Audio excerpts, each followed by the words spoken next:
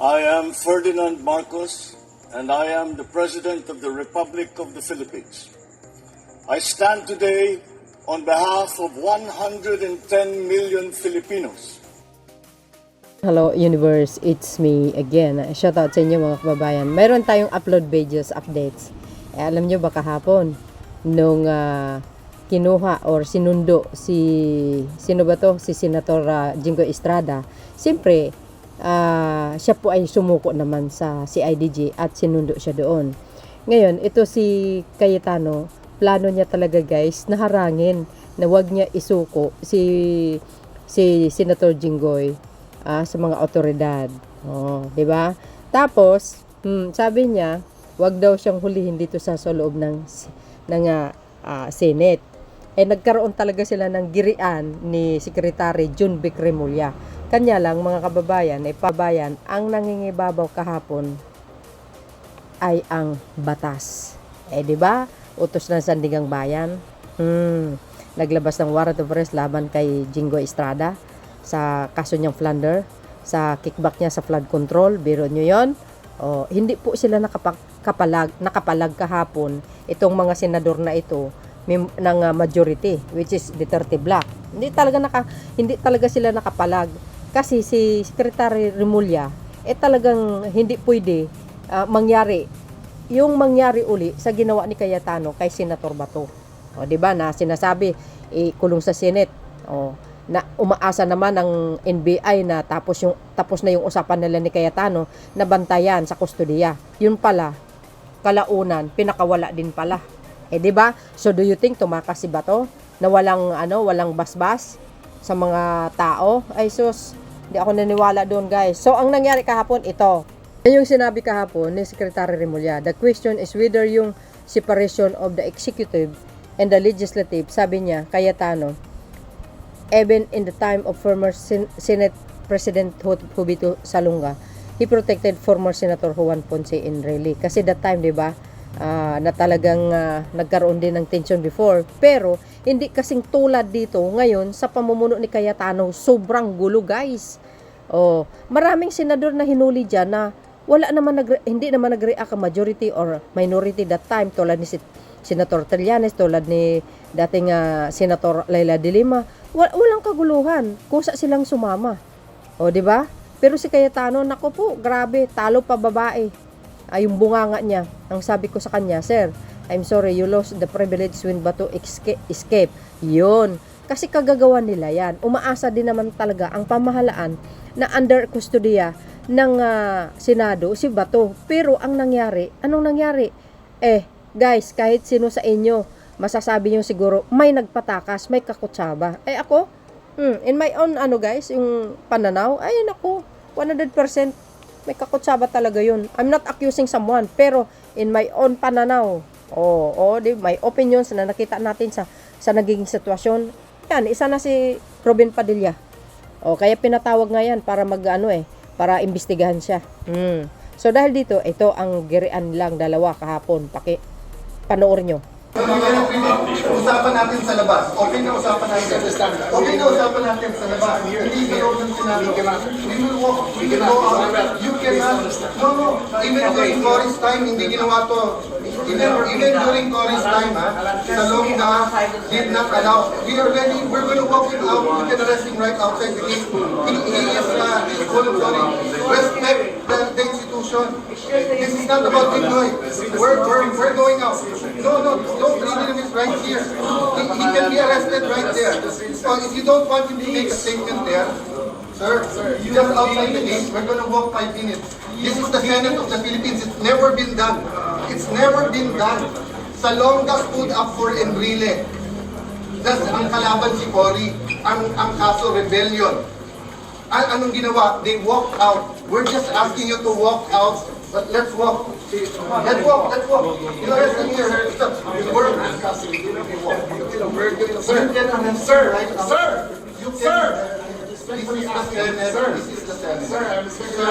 Sir, this is the last person who got for me. No, I did not. That's not for me. It's for the Senate, sir. Just for the Senate. Sir, in all respect, for the country. Allow us to. Sir, kumahay ka na. Kumahay ka na. Right outside the door. Right outside the door. Right outside the door. Read the slide, stop. Read the slide. Read the slide. Just read the slide. Napanood nyo yun guys, courtesy po ng Abante. Napanood nyo po siguro yung tension kahapon nananatili po nakiusap si Secretary Remulla.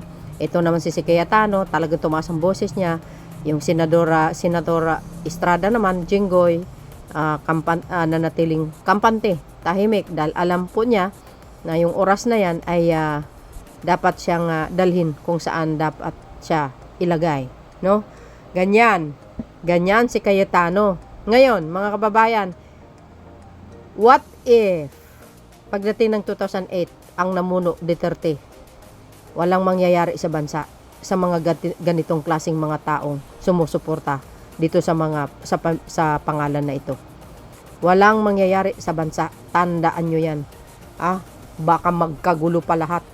Sa totoo lang. Kaya sana man lang wag hayaan na makapwesto saan man pwesto itong mga yung pamilya na sinusuportahan nila. Hindi pwede po yan.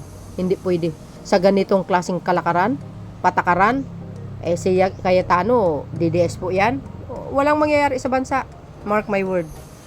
Magkagulo talaga ang bansang ito pag nagkataon. Sabi nyo, peaceful pag silang maupo. Ay nako, galit na galit ang taong bayan guys.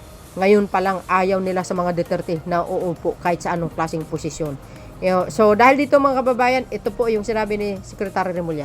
Lang kayo ni Senate SP Alan Cayetano na parang medyo nagtatalo pa kayo. Was he requesting for you not to arrest him? No. The question was whether yung separation of the executive and the judiciary and the legislative. Sabi niya, even at the time of Salonga, he protected Enrile. Ang sabi ko sa kanya, in a not very calm voice kasi umakit na, "Sir, I'm sorry, you lost that privilege when Bato escaped." Okay, So next. ano ibig sabihin? Wala na, So, hindi na yes. honor yung ganung separation. We will inform them, we will give them the courtesy, but if there's an arrest to be made, we will make the arrest. So just for clarification, ang tamang term is you went there to arrest him, you served the warrant, so it means he was arrested, or did he surrender? We arrested him. I went there personally together with the CIDG. He was read his Miranda rights, and from there he was brought here to Krami to be processed.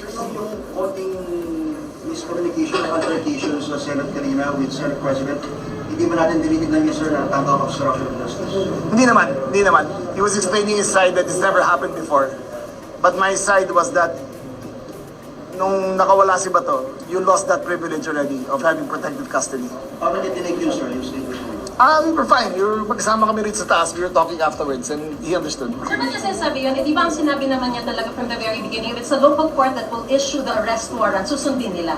Yes. Bakit may ganun? He was insisting that nobody could be arrested inside the Senate. He was requesting that he be brought out of the Senate first. But this is beyond 6 years that we're talking about. Exactly. And I said, I'm sorry, sir. There is no, we do not, you lost that privilege when Senator Bato escaped. We will arrest him now on the spot. So yun mga kababayan, narinig yung sinabi ni Secretary Remulla. Nagmamatigas si Cayetano pero hindi umubra. Tinabla talaga siya ni Secretary Remulla kahapon. Wala silang magagawa pag ang batas ang kumilos, siguradong utas. Ngayon, 'di ba? Sasabihin nila, bakit daw tinatarget ang Duterte Black? Bakit? Ano bang ginawa nila? Ano bang pagkakasala ang mayroon sa kanila? Sino po ang naglagay sa kanila sa mga sa sitwasyon nila? Di ba sila lang din? Nung panahon ni Digong, namimihasa sila. Sa panahon ni PBBM, oras ng paniningil sa mga pagkakasala nila. Tapos ngayon, sabi nila, silent martial law. Sino nagsabi? Ay, yung mga dutai lang nagsabi niyan. Yun, si Basti. Ganun sila eh. Ganun sila. Napakatoksik ang mga bunganga nila. Tapos sisisi nila kay PBBM. Patay mali na walang ginawa daw ang Pangulo. Ano yan? Under ng kanyang administration Ang Pangulong BBM, sumusunod sa batas po yan. Hindi po siya pwedeng tumaas sa batas. Kailangan nasa baba siya. Kahit Pangulo siya ng bansa, sumusunod sa batas. Si Digong, Ngayon lang natuklasan ng mga kabalbalan niya. Why? Bakit nakulong? Yun. Tingnan nyo, hindi siya nakaporma kahapon. Ganun dapat. Pag batas ang kumilos, wala kayong magagawa kahit sinong Poncio Pilato kayo. 'Di ba guys? So yan, ngayon, para sa kalaman ng lahat, si Senator Jinggoy Estrada po nakakulong po sa sa Quezon City. Kung saan nakulong si Senator Bong Revilla. Ang tanong ngayon, who's next? Question mark. Abangan po natin 'yan, mga kababayan. If you don't believe me, then research it na nasa kulungan po siya ng Quezon City na bagong gawa. Thank you guys for watching. See you again on my next upload. Bye and bagus. God bless Philippines. There's more and follow me. Likes and hit the button bell para lagi kayong update sa aking mga upload video. Bye everyone. There's more.